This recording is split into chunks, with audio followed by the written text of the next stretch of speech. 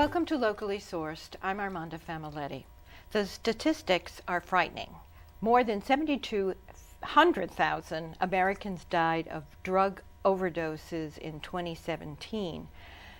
Tonight, I am joined by two fearless women who have been raising awareness about drug use for years. And I'm very, very pleased to welcome Susan Salomone.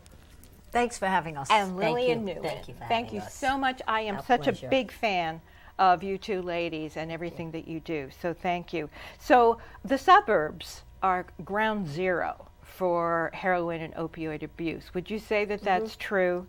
So tell me, Susan, where did you get the idea to start an organization called Drug Crisis in Our Backyard? Okay, can I just say that the preliminary statistics for the drug overdoses in the United States for 2017, I want to repeat this so people can hear it, are 72,000 people. 72,000. Not 7,200,000? No. No. So, hopefully we'll never get to Hopefully that number. That's great news. That's right. It is Thank you, Susan. I'm sorry I messed that up. It's 10% more than it was last year. Last year was 64,500. This year, the preliminary numbers are 72,000, with about 3/4 of them being opiate overdoses. Okay. So that's heroin and painkillers, Percocet, Vicodin, fentanyl. Right. Thank you so much for that correction. Yeah, no, it's just, I really want to your audience to hear that number. It is huge. Yeah. It's huge. Right, 72,000. What's the metaphor we saw for that number? A football field that stands filled with people, and when you look at that, filled with people on the ground, and you say, my God, you go to sporting events, it's packed. Right.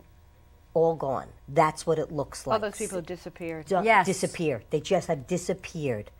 Yep, done. It is horrendous. So, to answer your question, I started Drug Crisis in Our Backyard in June of 2012 after the death of my son, Justin, to a heroin overdose.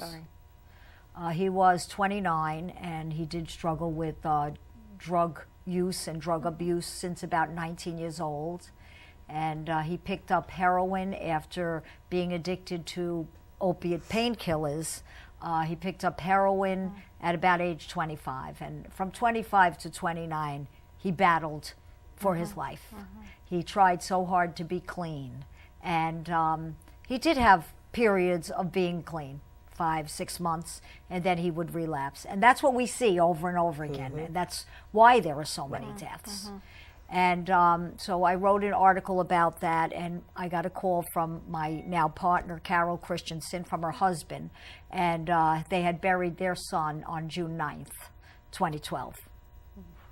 And we started the organization together because we felt that we needed to bring awareness of the rampant use of heroin and opiates in our community. So that was our number one mission, and that is our number one mission at this time. Well, I said you were both fearless, and I think to write an article in the paper was quite a brave move for you, because there's a stigma, isn't there? And not everyone is going to do something like that. To expose themselves and their family to what's going on in their home, because it's shame-based.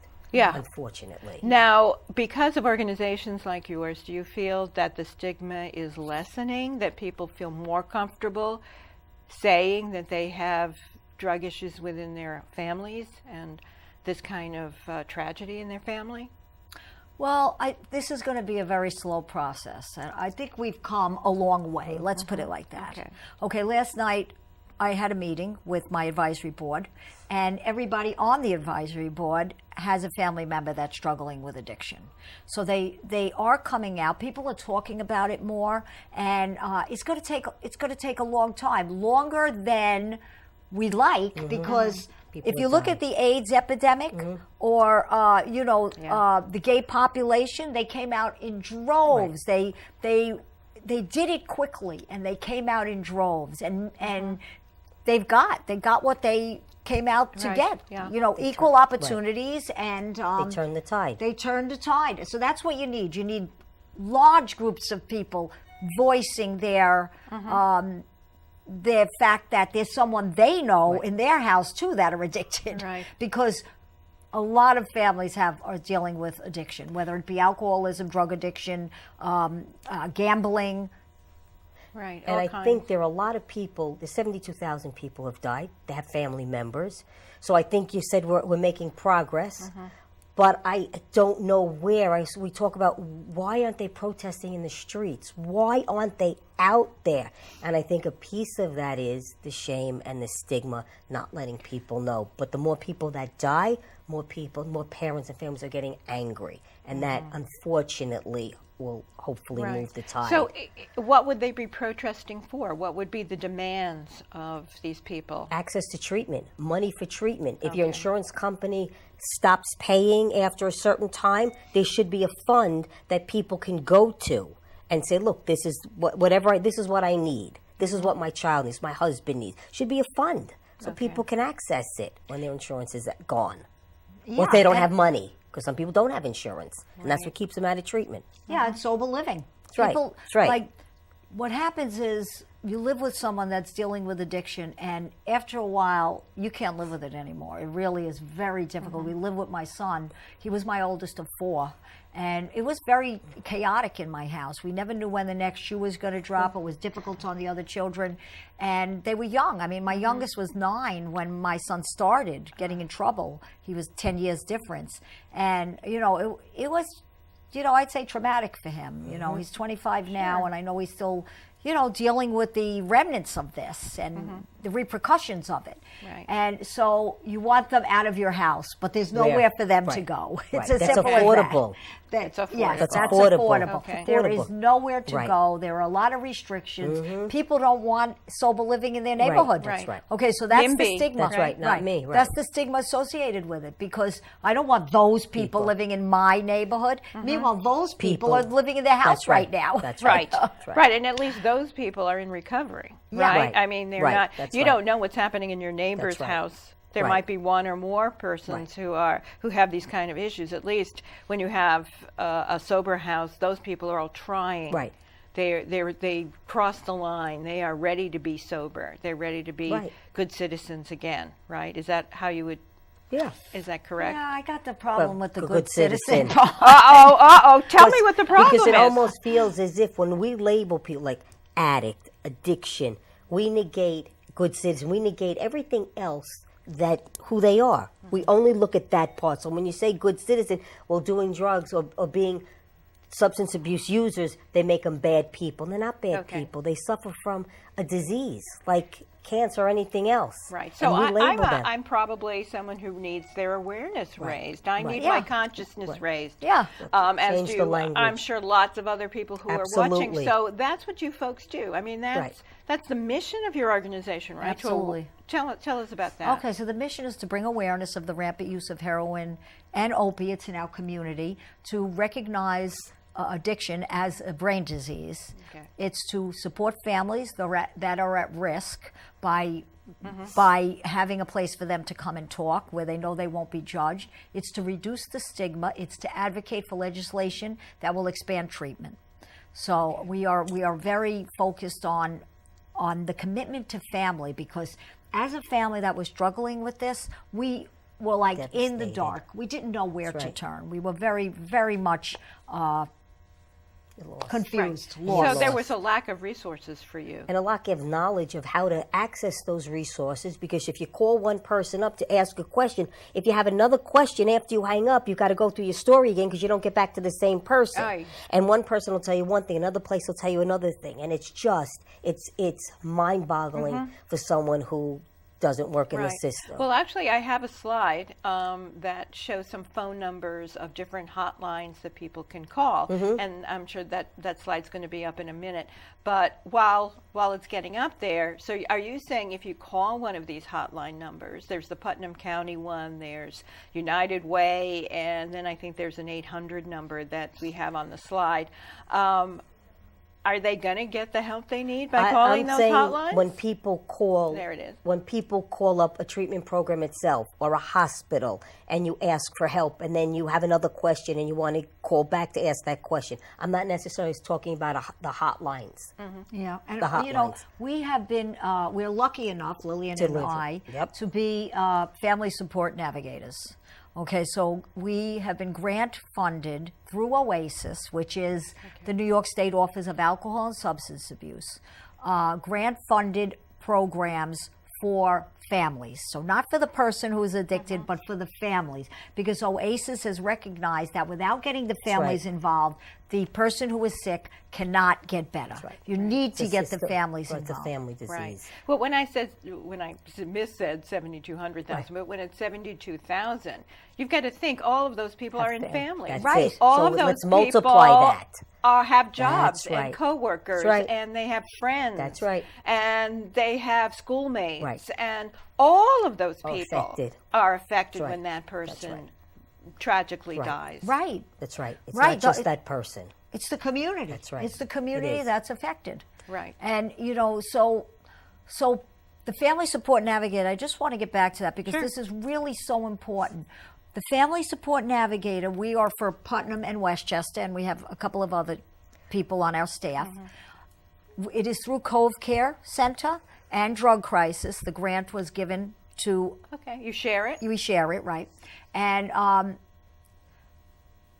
when someone calls us, we've gotten a lot of calls already. When someone calls us, then we can tell them, follow up with us. Okay, let us know how it goes. Okay. If we make a recommendation somewhere. So you don't shuffle them Nope, around. they stay with the same they call person. you, and then We're you're going to with them. help them. Yes. Right. You're their partner. We're there. Right, That's and right. like Lillian has made calls back to people that called me in July, so she made the calls back to say, I'm following up on, the call from the Family Support Navigator, and we'd like to know how you're doing. How's it going? Right. That's so important, follow-up, I would think. It is. Well, I called one man. I spoke to him on the phone, and he said, I want to thank you for what you and Susan are doing. Well, I got verklempt. I got all tearful, his throat. And I called her, said, Susan, I know it's late, but I got to tell you, I'm crying. Because when you know that you've helped someone in the moment, right here and now he's safe. This man's son is safe. That's all families want. They want their kids, their families to be safe. So I said, all right, I'm getting off the phone now. But I was in tears. And it's true. So you want them to be able to come back to you because they first of all, they're embarrassed and they're ashamed too. So you got back to the stigma. They're back to the stigma. You got to have that door open for them to come back. And if they don't come back, we're going to call them back. And then we can make phone calls because we do this. So we could reach out. Maybe they want to go to halfway house or a treatment. Hi, I've got Mr. So-and-so calling you about their son. I'm giving him your name and number. Right. So it's a direct connection. Okay. So Lillian. Yes.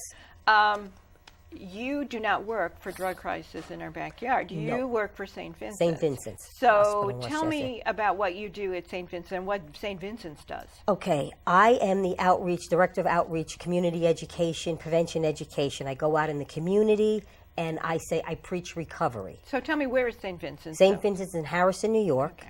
It covers all of Westchester? Covers everywhere. Everywhere? We are the largest behavioral health system in New York State? Yeah, almost. I think at least in the county. Okay. The Connecticut, New Jersey, New York. Tri-county. Right.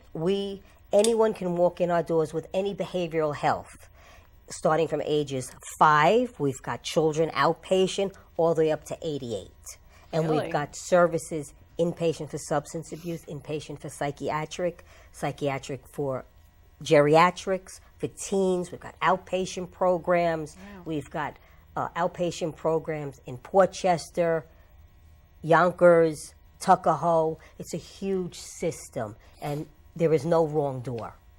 There's no wrong door? There's no wrong door. So if you walk in for this and we think you need more, we'll direct you to the right place. So the important thing is to walk in. Just walk in. Or call. Right. Call. So how did you two get together? Well, I've been hawking, because I've been hawking, like annoying people at my job for quite a while about getting involved and doing something about the opiate crisis. And this was way back. So I started about 2010 to my boss. I read an article. I can't imagine that. Really? I did. I read an article, and I was like, this is it for me. So her article touched you. And I called immediately, and I spoke to Lou Christensen, and he goes, call Susan and Steve Salomone. I got her number, and I said, I want to come. I want to be a part of. I'm in Harrison. They're in Carmel, so I'm not always as involved as I'd like to be. But I come when I can. I show up. We call. We do a lot of things together. And I said to my boss, look what's happening. You got to do something. Look.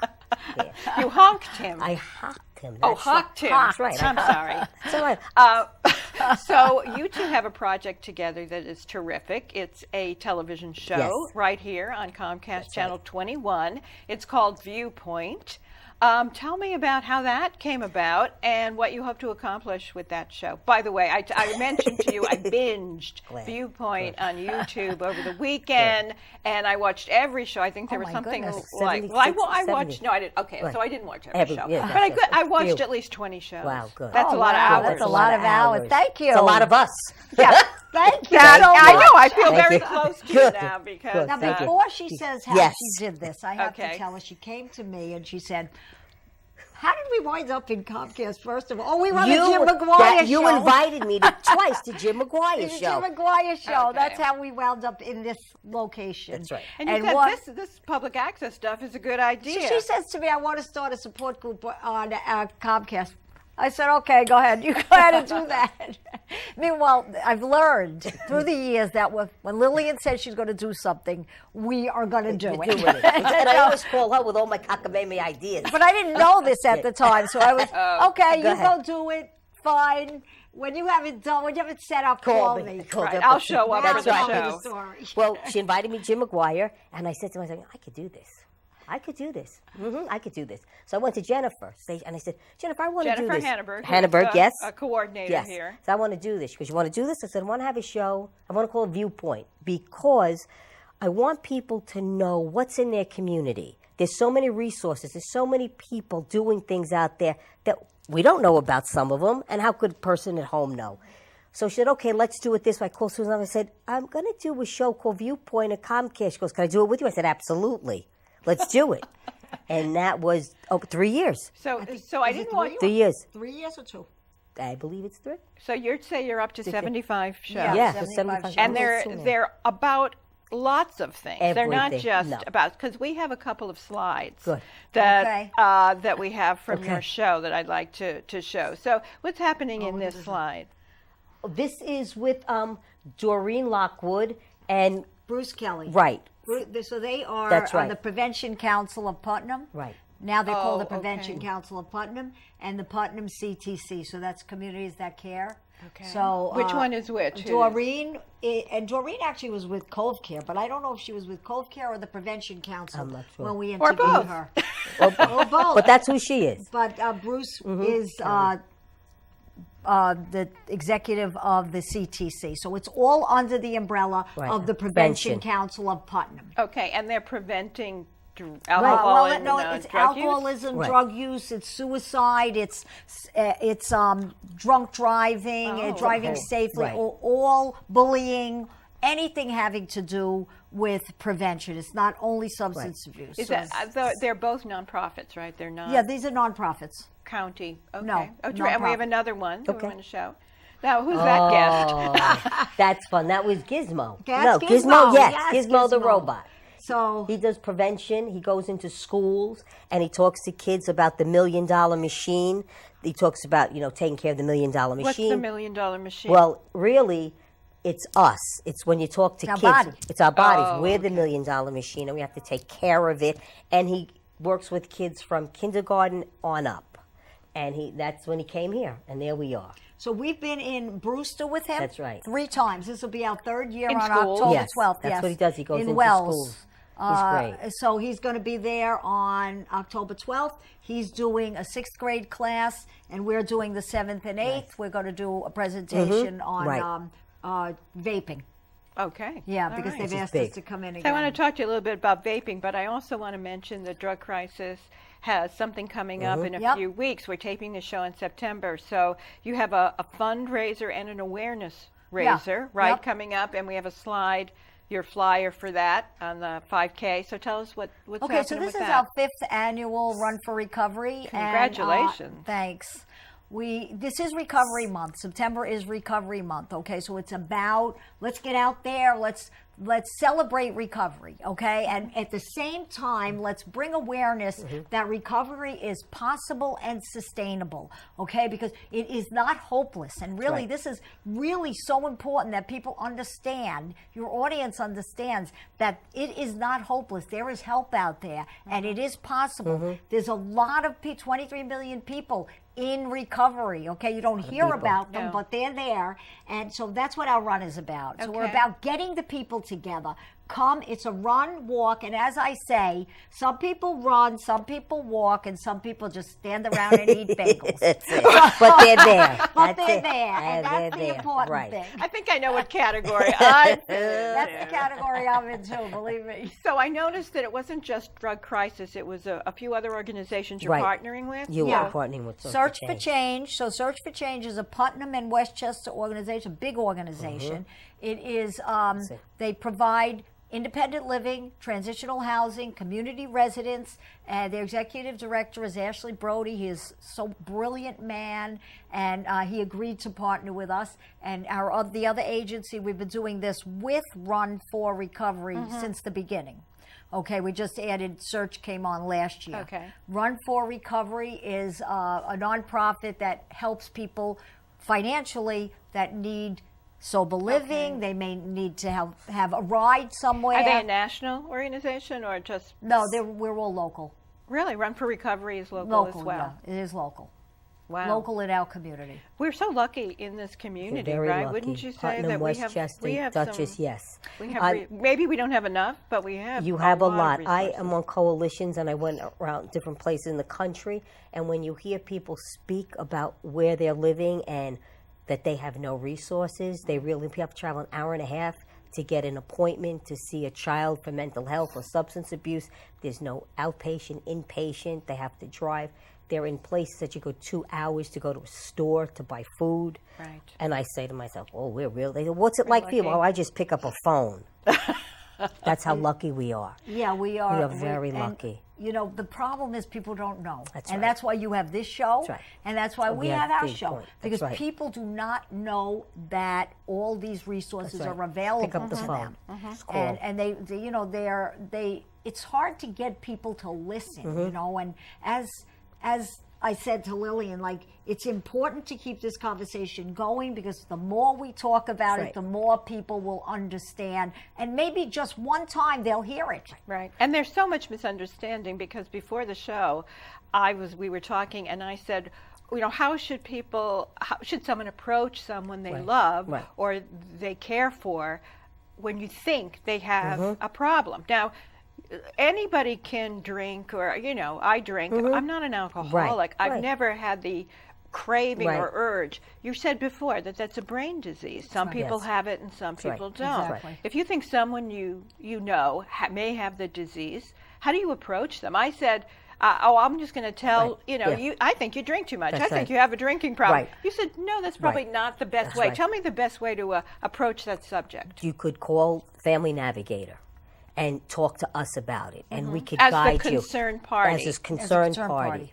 Because, you know, you don't know how to do this or what to do. So we'll help you. Even talking to another person who understands what you're going through might just be that first conversation, and they call back and say, okay, this is what's going on. And we'll just walk them through steps. Yeah. So confronting the person. Probably not the best. Not the top of the list. You're doing it probably when you're angry. Yeah. Right, because they're bugging me, because they're doing something I don't like. It affects or I the worry entire about family. them. It's everything. It affects the entire family. And that's, you know, so then if you called us, we would have a conversation with you to find out how serious is it?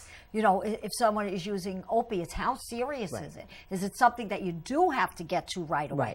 Do you need to approach it right away? Do you need to do an intervention right away? Is there a possibility that somebody might die tonight? You know, that's how it really is. And then, of course, if you don't step in and there is a tragedy, then what is the guilt like with something like that? That's right.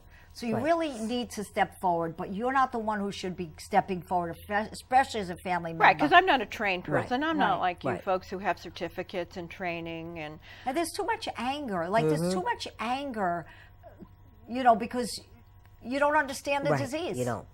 And this is, you're not objective. Right. You're right, Right. there. You're right in the Right. middle of the storm. And I think for us, that's what we try to do. Let people know it's a brain disease, like any other disease, and it's could be chronic, and we have to manage it. It's just not abstinence, stop, and then you're fine. It's chronic and it's chronic. progressive. That's right. Okay, so you said we have great resources, and so we're doing a lot of things right in Putnam County We are. and in New York State. think Would we you are. say? Yes, we are. What are we doing wrong? What needs to be done? More money for treatment. And where's this money coming from? There's money out there. There's a lot of money There's a out lot of money out there. It needs to trickle down to programs. Is In the it county. state money? Is it private money? Federal money, state Federal? money.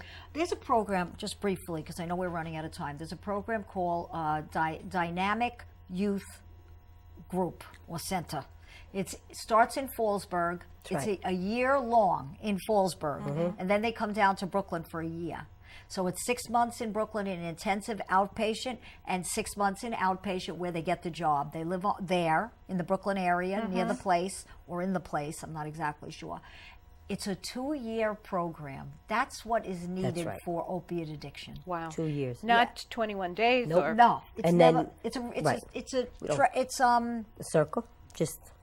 Just revolving door. thank you. A circle, revolving door. You're right. Hamster Two on a wheel. words, That's it. You're right. It's a The revolving door. Thank you. It so is. they go 14 days, they It, come come out. out, they I clean see. for a couple of weeks, they Out- relapse. right, outpatient, back in again. You know, there is some So success, that's what we're but- doing but wrong. that's We what need to. we need funds to lengthen the recovery period. Right. And we That's need right. to look at treatment in a different way. That's right. We need to look at it with different, like acupuncture, yoga, meditation, all those things along with Oh, talk really therapy. holistic Yeah, A holistic, approach.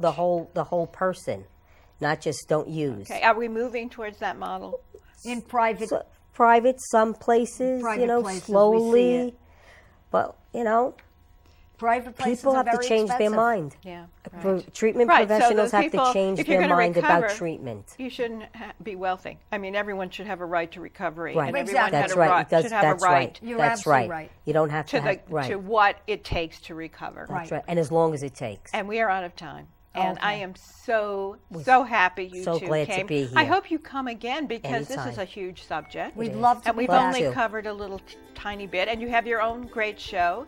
Watch so, Viewpoint, so thank you. Thank you so Thank much. you very much you. for Thank having you us. for what you you. do for Thank the you. community. Thank It you. is Thank you too. fantastic. And you Thank you. too. Thank you Oh. so much to bringing you. these resources to That's the right. public. You're welcome. And thanks to the crew, and thanks to people who watch. And good night.